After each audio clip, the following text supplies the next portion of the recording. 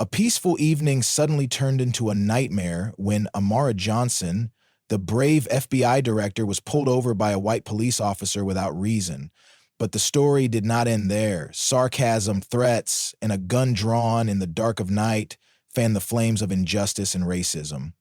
What the police officer did not know was that the woman he was insulting was not only a powerful figure, but also a symbol of justice. It was dusk when Amara Johnson drove her sleek black SUV down the quiet road leading home after a long day at work.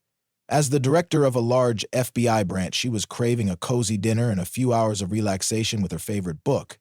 But fate had another challenge in store for her that night. Red and blue lights flashed behind her, the reflection in her rearview mirror making Amara squint. A siren blared, signaling her to pull over. A smirk crossed her lips, not out of amusement, but sarcasm. She hadn't broken any traffic laws.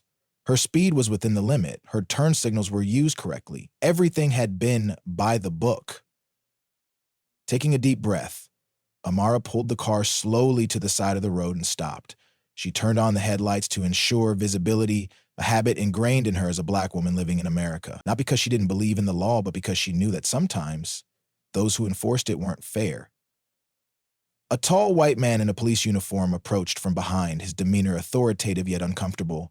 He knocked on Amara's car window, his eyes filled with suspicion. Rolling down her window, Amara remained calm and professional. "Good evening, officer. How may I help you?" she asked, her voice soft but firm. The police officer, Daniel Carter, squinted at her for a long moment before answering. "Driver's license and registration?" Amara kept her expression neutral. "May I ask why I've been pulled over?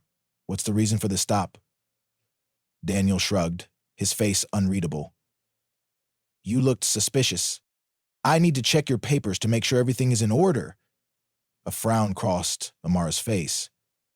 "Suspicious? Could you clarify? I don't believe looking suspicious is a valid reason for a traffic stop under the law." Daniel's patience wore thin, his tone sharp. "Are you going to argue with an officer? Don't make this difficult. Just hand over your documents." Amara slowly reached for her license and registration from the document holder, but she didn't hand them over immediately. "Officer, I know the law, and I know my rights. If you cannot provide a valid reason for stopping me, this is an abuse of power." Daniel's face twisted with irritation as he slammed his hand against the car door, making Amara flinch slightly. "Don't lecture me about the law." "I enforce the law. You are in no position to challenge me." The tension in the air thickened. Cars passed by on the road, their headlights illuminating the scene briefly before fading away. No one stopped to see what was happening. Amara took another steadying breath. She had dealt with aggressive officers before, but something about this encounter felt different, more hostile, more personal. "Officer," she said, keeping her voice even, "I stopped my car at your request. I have no intention of resisting, but I will not comply with unreasonable demands without legal justification." Her calm demeanor only seemed to irritate Daniel further. "Who do you think you are to talk to me like that? Don't act like you know everything. Just do as you're told." Still holding the documents in her hand, Amara remained resolute. "I am a law-abiding citizen, officer, and I believe you know that too." Daniel's expression darkened. He shined a flashlight directly into Amara's face, his gaze searching for something, anything, to justify his suspicions. "Are you carrying anything illegal, drugs, weapons? People like you tend to be involved in shady things." Amara's chest tightened, but she maintained her composure. "No, officer, and I don't believe you have any reason to suspect otherwise. I suggest you refrain from making baseless accusations." Daniel let out a low growl. "I don't need a reason to doubt you, and I sure as hell don't need to show respect to people like you. My job is to keep this town safe, and I don't take orders from civilians." His words were a direct threat. Amara could feel the situation spiraling out of control, but she refused to let fear dictate her actions. "Officer," she said, her voice unwavering, "I am more than willing to cooperate if you follow proper procedure, but I will not be intimidated into giving up my rights." Daniel's nostrils flared, his hand twitching at his side. "Either you cooperate, or I'll be forced to take drastic measures." Amara's grip on the steering wheel tightened. This wasn't just about her. It was about the justice system she had spent her career defending. "I stopped because I respect the law," she reminded him. "But Respect is a two-way street. If you abuse your power, there will be consequences. Daniel's jaw tightened, his knuckles whitening as he clenched his fists. He took a step closer to the car. Step out of the vehicle, now. Amara remained still, her heart pounding in her chest. I don't feel safe exiting my car without just cause. You have not provided one. Daniel banged on the door, his voice rising. Get out, now. That's an order. Amara inhaled deeply. She knew that following his unreasonable order could make the situation even more dangerous. She had trained hundreds of agents in de-escalation tactics, but nothing had prepared her for being the direct victim of such blatant abuse of power. She glanced at the dashboard where her phone was mounted. The recording light was blinking. She wasn't just documenting this for herself. She was documenting it for every person who had ever been harassed, threatened, or silenced. With a calm, deliberate motion, she reached toward the phone, making sure Daniel could see her every move. Officer, she said, her voice steady. I am recording this interaction. Your every word, your every action is being documented. Daniel's smirk faltered, but he quickly recovered, his tone dripping with sarcasm. Oh, you think I'm scared of a little recording? You really think that's going to help you? Amara held his gaze. I think the truth always comes to light. The standoff continued, the night stretching out before them like a battle with no clear end. And in that moment, Amara knew this was only the beginning. Amara remained seated, her hands firmly gripping the steering wheel. The weight of the moment settled in her chest as she stared down Officer Daniel Carter. His hand lingered dangerously close to the gun on his hip, his eyes filled with a mixture of arrogance and hostility. She took a deep breath, keeping her voice steady. Officer, I will not obey an unlawful order. If you cannot provide a legitimate reason for this stop, I will remain in my vehicle. Daniel took a step back, shaking his head with a smirk. People like you think you can challenge authority? I make the rules here. You do as I say, or you face the consequences. Amara felt her heart tighten, but she knew she had to be careful. One wrong move, one wrong word, could escalate the situation further. She slowly lifted her hand, pointing toward the phone mounted on her dashboard. This entire incident is being recorded, officer. Your every move is being documented. If this goes too far, I will use it as evidence. Daniel let out a cold laugh. Oh, you think a little recording is going to save you? He squared his shoulders, his voice thick with sarcasm. I'm the one in control here, not you. And then in an instant, he pulled the gun from its holster and aimed it directly at her. Now get out of the car. Now! The air grew thick with tension. Amara didn't flinch, but she could feel the sharp prickle of fear in the back of her mind. She had trained countless agents on how to handle situations like this, but being on the receiving end of it was an entirely different reality. She kept her hands where he could see them, speaking slowly. Officer, you are violating your duty. Put the gun down. There is no justification for this action. Daniel's grip on the firearm didn't waver. Don't try to act smart. This isn't a debate. You do what I say, or I'll make you. Amara knew she had to tread carefully. She kept her hands visible, moving deliberately as she reached for her phone. I'm calling your superior, she stated firmly. The sheriff will hear about this. Daniel's eyes flickered with uncertainty for the first time, but he didn't lower the gun. You're not making any calls unless I say so. Ignoring him, Amara dialed the number she had memorized for situations just like this. She placed the phone to her ear, her voice unwavering. This is Amara Johnson, director of the FBI. I am being unlawfully detained by Officer Daniel Carter, who has drawn his weapon without cause. I am requesting immediate assistance from the sheriff. Daniel's face paled slightly as realization dawned upon him. His grip on the gun faltered for just a moment, but his pride wouldn't let him back down entirely. You think your title changes anything? You think that means you don't have to follow the law? Amara stared at him, her voice steady. No, officer. But it does mean I understand the law better than you, and right now, you are breaking it. A silence stretched between them, thick and suffocating. Then in the distance, the sound of sirens filled the air. Daniel stiffened, his fingers twitching against the trigger. A second patrol car came into view, slowing to a stop behind Daniel's vehicle. From the driver's side, a broad-shouldered man in a sheriff's uniform stepped out. Sheriff Grant! His eyes immediately locked onto Daniel's drawn gun, and his expression darkened. Carter, put the damn gun down. Now.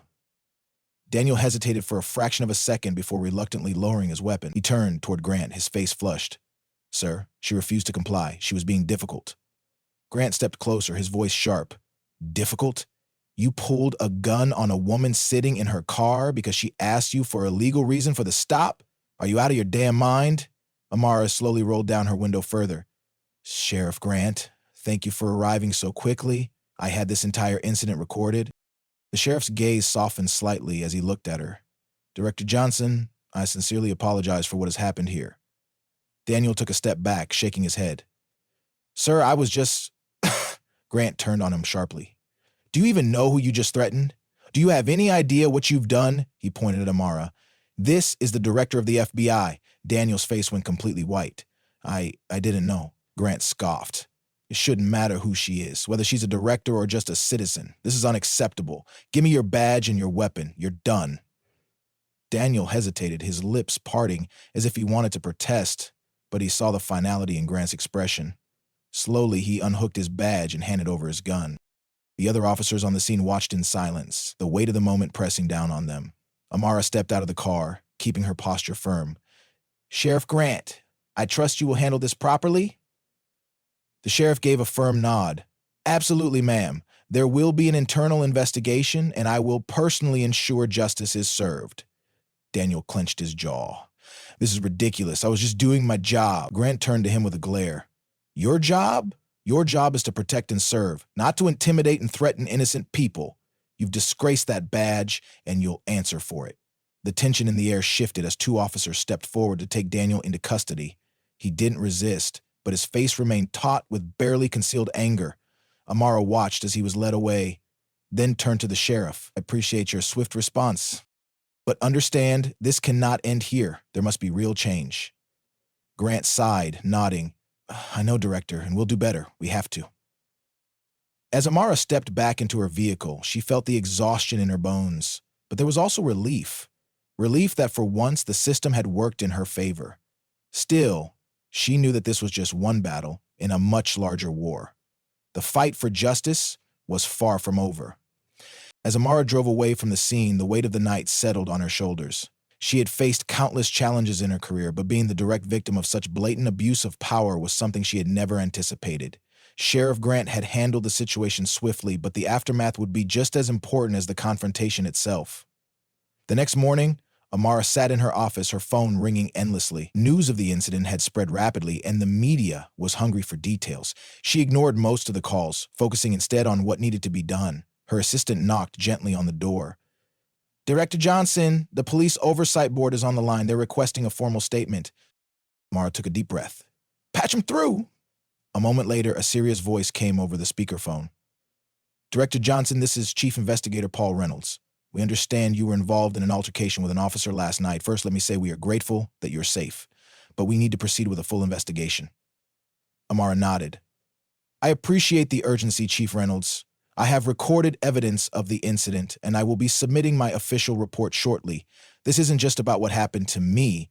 This is about ensuring accountability within law enforcement. Reynolds sighed. We understand.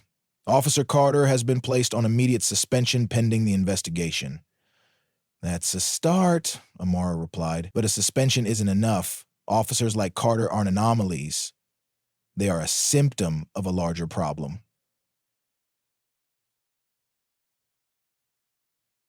Reynolds hesitated before responding. We hear you, Director. I can assure you we are treating this matter with the seriousness it deserves.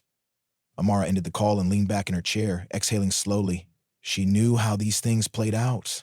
Without pressure, without attention, the system had a way of protecting its own. That's why she wouldn't let this go. 2 weeks later, the internal investigation was in full swing. Officer Carter had officially been charged with misconduct, abuse of power, and unlawful use of force. The case had gained national attention, sparking renewed conversations about racial bias in policing. The day of the trial arrived and the courtroom was packed with journalists, activists, and concerned citizens. Carter sat stiffly in his chair, his expression blank as the prosecution laid out the evidence. The video from Amara's dashboard camera was played for the jury, showing every moment of the tense encounter. Amara was called to the witness stand. She walked confidently to the front of the room, taking her seat before the judge. The prosecutor approached. Director Johnson, can you describe the events of the night in question. Amara cleared her throat. I was driving home when I was stopped without cause. Officer Carter failed to provide a valid reason for the stop and, when questioned, escalated the situation. When I refused to comply with an unlawful order, he drew his weapon on me. Did you at any point pose a threat to Officer Carter? No, I remained in my vehicle and followed protocol. The prosecutor nodded and turned to the jury. Ladies and gentlemen, what you have just heard is the reality many Americans face daily. If the director of the FBI is not safe from racial profiling and police intimidation, what does that say about our system? Carter's lawyer stood, attempting to salvage the case. Objection, Your Honor. My client was acting in good faith under stressful circumstances. The judge shook his head. Overruled. Carter himself never looked at Amara throughout the trial. When the verdict was read, guilty on all counts, he simply stared straight ahead. He was sentenced to 4 years in prison. Outside the courtroom, Amara faced a sea of reporters. Microphones were thrust toward her, and cameras flashed relentlessly. Director Johnson, do you believe this verdict is justice? One journalist asked. Amara's gaze was unwavering. Justice is not about one case. It's about systemic change. Holding one officer accountable does not erase the larger issue. But today, we took a step in the right direction. Over the next few months, Amara worked tirelessly to push for police reform. She met with lawmakers, community leaders, and activists to discuss policies that would hold law enforcement accountable and prevent officers like Carter from abusing their power. Training programs on racial bias and de-escalation were implemented nationwide, and a new law was passed requiring independent review boards for cases involving police misconduct. As she stood at a podium 6 months later, addressing a crowd of supporters, she reflected on everything that had happened. This fight is far from over, she declared. But change starts when we refuse to be silent. The crowd erupted in applause. Amara knew the battle for justice would be long and exhausting, but she also knew she wasn't alone. And as long as people stood together, demanding fairness, accountability, and integrity, progress was inevitable. She had turned her personal ordeal into a movement, and she would not stop until justice wasn't just a word, but a reality for everyone.